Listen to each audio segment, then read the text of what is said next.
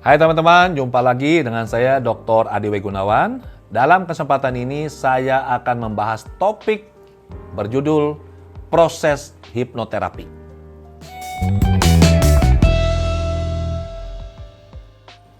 Sebagai orang awam yang mungkin belum pernah menjalani proses hipnoterapi atau belum pernah membaca tulisan artikel mengenai proses hipnoterapi, saya yakin Anda pasti bertanya-tanya, sebenarnya saat hipnoterapi dilakukan, apa sih yang terjadi di ruang praktek? Apa yang dilakukan oleh terapis? Apa yang dialami oleh klien? Nah, teman-teman, pendekatan hipnoterapi ini sebenarnya ada beberapa mazhab, ya, beberapa aliran. Yang pertama, aliran pantai timur Amerika. Kemudian yang kedua adalah aliran pantai barat Amerika. Pantai timur ini mengutamakan teknik sugesti. Pantai barat mengutamakan teknik hipnoanalisis, menemukan dan mencari akar masalah. Nah, di Indonesia, saya dan murid-murid saya, hipnoterapis klinis AWGI, kami mengembangkan mazhab AWGI. Jadi kami punya pendekatan strategi yang berbeda dengan yang ada di pantai timur dan pantai barat Amerika. Apapun mazhabnya, apapun caranya, yang namanya hipnoterapi, selalu terapi yang dilakukan dalam kondisi hipnosis. Selalu. Jadi tekniknya bisa apa saja dan harus ada kondisi hipnosis. Kalau tidak ada kondisi hipnosis, itu bukan hipnoterapi. Terapis manapun kalau dia melakukan hipnoterapi selalu melakukan 5 langkah berikut ini. Yang pertama pasti adalah langkah pengawalan. Yang kedua, induksi. Yang ketiga, pendalaman. Yang keempat, terapi. Dan yang kelima adalah pengakhiran. Pengawalan ini menurut versi kami itu mulai berlangsung pada saat klien menyadari dia punya masalah, dia butuh bantuan dan dia mencari, dia googling atau dia tanya teman-teman siapa hipnoterapis yang bisa membantu dirinya dia. Itu sudah masuk ke fase pengawalan. Dia bisa melakukan pencarian di internet, dia bisa lihat, oh terapis ini kualifikasinya seperti apa yang telah dia lakukan, dia belajarnya di mana, apa yang dia tulis di media sosialnya dia. Ini adalah fase di mana si klien mulai mengkualifikasi, menilai terapisnya ini cakap atau kompeten atau tidak. Dia nyaman tidak dengan si terapisnya. Kemudian pada saat si klien menghubungi kantor terapis atau menghubungi si terapis, daftar buat janji untuk bertemu, appointment. Pada saat datang, maka si klien pasti akan diminta untuk mengisi ini, ya, mengisi semacam form seperti ini, dan di dalam form ini si klien menuliskan namanya, tanggalnya, kemudian alamat, ya, kemudian pekerjaan, tanggal lahir dan seterusnya, termasuk apa masalahnya, sudah berapa lama masalah ini klien rasakan atau alami. Ini ada, kalau di AWG ini ada cukup banyak, ini ada 1, 2, 3, 4, ada 5 lembar, ya, ada banyak sekali butir yang harus diisi. Kemudian terapis akan melakukan wawancara secara mendalam, diskusi dengan klien, bertanya hal-hal yang perlu diketahui yang relevan dengan masalah klien yang ingin diatasi. Terapis tidak akan bertanya hal-hal di luar ini. Proses bertanya atau wawancara atau anamnesis ini bisa berlangsung antara 1 jam sampai 1,5 jam. Setelah dirasa cukup, maka terapis akan membantu klien berpindah dari kondisi kesadaran normal masuk ke kondisi hipnosis. Dengan apa? Dengan melakukan induksi hipnotik. Di dalam induksi hipnotik ini tentu ada teknik pendalaman. Jadi klien akan dituntun masuk lebih dalam ke kondisi pikiran yang rileks, sangat nyaman, lebih dalam lagi. Ada tekniknya. Itu sudah satu paket. Induksi dengan pendalaman satu paket dan juga dilakukan yang namanya uji kedalaman. Jadi terapis perlu memastikan klien ini sudah masuk ke kondisi hipnosis yang di level berapa. Itu ada acuannya itu. Tidak bisa asal baca skrip. Harus dilakukan uji kedalaman untuk mengetahui kedalaman klien secara presisi. Jadi saya ulangi ya. Pengawalan, kemudian induksi, yang ketiga adalah pendalaman. Di pendalaman ini juga meliputi uji kedalaman. Setelah dilihat, ditemukan, diketahui bahwa klien telah mencapai kondisi kedalaman hipnosis yang tepat seperti yang disyaratkan untuk melakukan terapi, barulah di langkah nomor 4 terapi dilakukan. Nah, tergantung sekarang menggunakan teknik apa. Kalau teknik yang digunakan adalah teknik berbasis sugesti, maka kedalaman minimal yang harus dicapai adalah deep trance atau profound somnambulism akan jauh lebih baik, sangat baik dampaknya apabila klien berada di kedalaman ekstrim. Tapi kalau tekniknya adalah berbasis hipnoanalisis, menemukan dan mencari akar masalah klien, maka kedalaman trance yang dicapai di kisaran deep trance. Tidak boleh ekstrim deep, karena teknik-teknik tidak akan bisa bekerja. Saya pribadi teman-teman, dalam melakukan terapi, saya membawa ini. Nih, ini ada sebuah buku. Di dalam buku saya ini ada teknik-teknik terapi saya. Ada skrip induksi saya.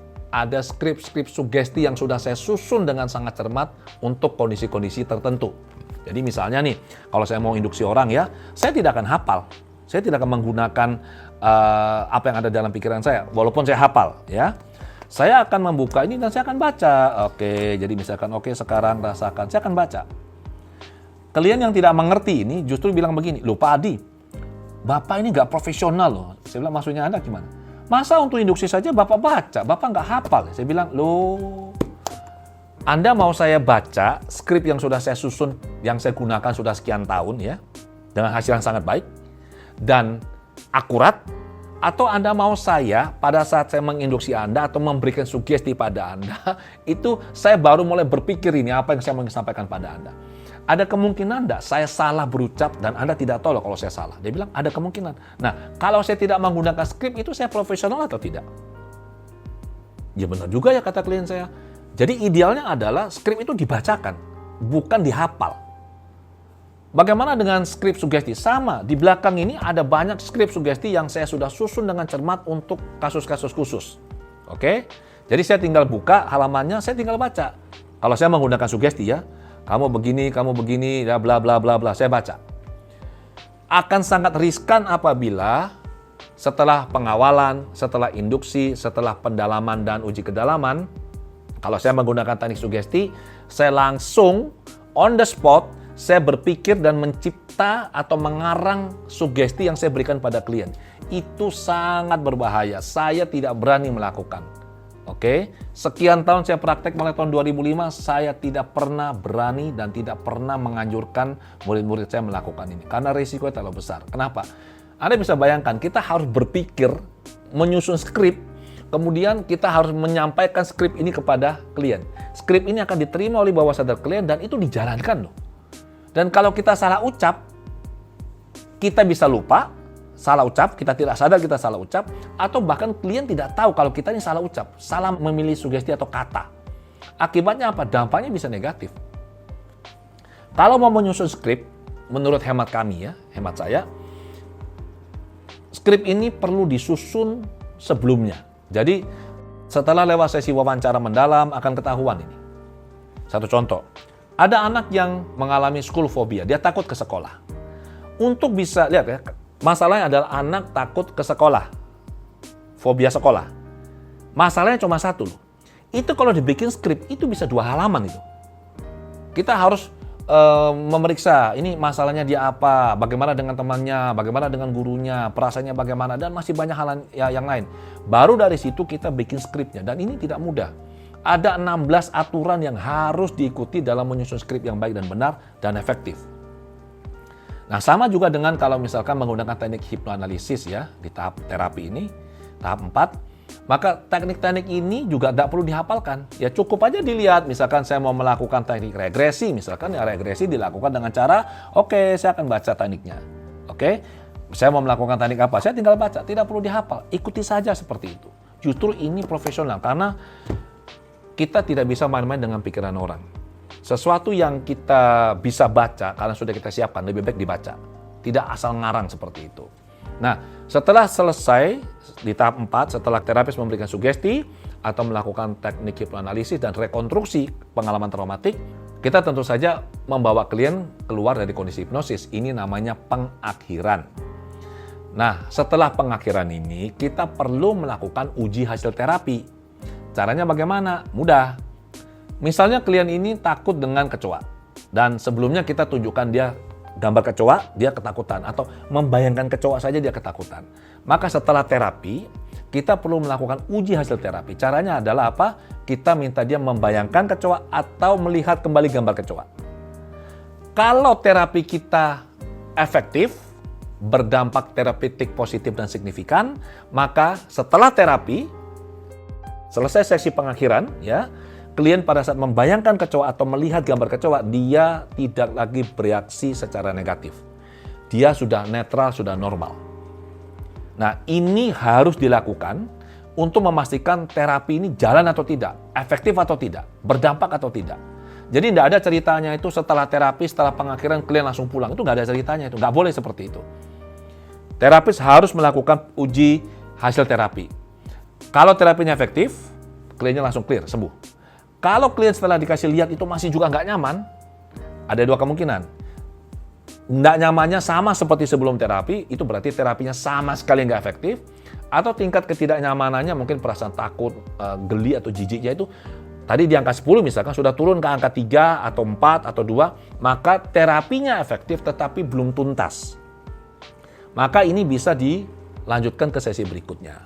Tapi kalau ternyata misalkan uji hasil terapi menyatakan klien ini sudah clear, sudah nggak ada lagi masalah, maka klien boleh pulang dan klien perlu mengobservasi, memantau dirinya dia dalam waktu sekitar 1 minggu untuk melihat bagaimana hasil terapi ini bekerja saat dia berada di lingkungan yang sesungguhnya, bukan dalam lingkungan terapi, ya.